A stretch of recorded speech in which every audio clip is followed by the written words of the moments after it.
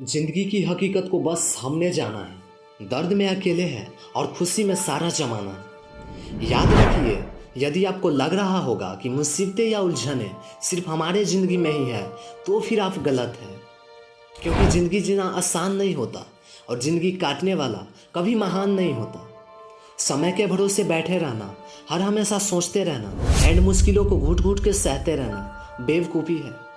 एक चीज़ हमेशा याद रखिए कि माहौल बनता नहीं, इसे बनाना पड़ता है, और टाइम किसी को मिलता नहीं, इसे निकालना पड़ता है। ज़िंदगी में यदि सुकून चाहते हो तो लोगों से अपना तुलना बंद कर दो, क्योंकि तनाव से सुकून प्राप्त नहीं होता, बल्कि वर्तमान सुकून भी खो जाता है। टेंशन एक ऐसी बीमारी है जो इंसान से सारी खुशी छीन लेता है। क्या लगता है भावनाओं में बह के कोई व्यक्ति सही फैसला ले सकता है? तो जवाब है बिल्कुल नहीं, क्योंकि भावनाओं में ली गई फैसला इमोशन से पैदा होती है, जो कि कुछ समय बीत जाने के बाद लोग फैसला चेंज करने लगते हैं। और जब बहुत ज़्यादा इमोशन हो जाता है तो लोग खुद को ख़त्म करने पे भी उतर जाते हैं, जो कि ऐसा बिल्कुल नहीं करना चाहिए, क्योंकि ज़िंदगी एक ही बार मिलती है। सुना है कई लाख योनि भोगने के बाद एक मनुष्य का जन्म होता है। इसलिए ज़िंदगी बहुत कीमती है, इसलिए इसे हल्के में ना ले।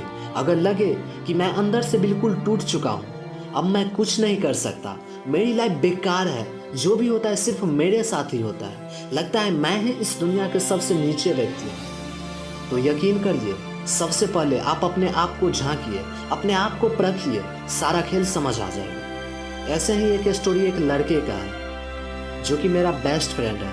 बहुत कहने के बाद उसने मुझसे ये चीज़ शेयर की। उस लड़के को बचपन से ही शौक था कुछ बड़ा करने का, कुछ बड़ा बनने का, जो कि दिन रात सपना देखा करता था कि मैं बड़ा होऊंगा तो ये गाड़ी लूँगा, वो घर बनाऊंगा, समझो साम्राज्य बनाऊंगा। जैसे जैसे वो लड़का बड़ा होता गया, उसका सपना टूटता गया और वो डिप्रेशन में जाने लगा।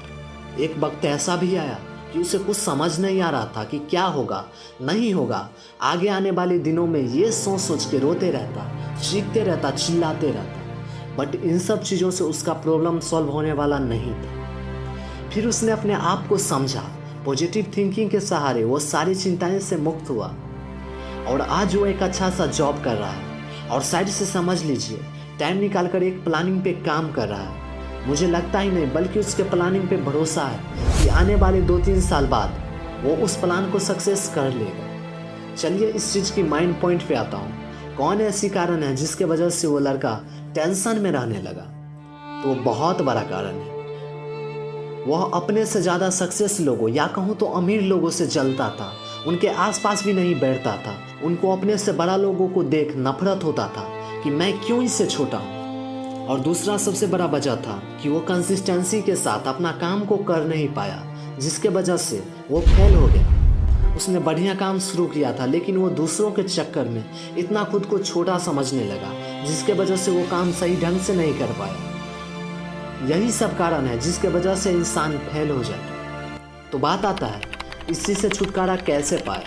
तो सबसे पहले ये चीज़ जान लीजिए कि कोई भी व्यक्ति किसी के तरह नहीं होता है।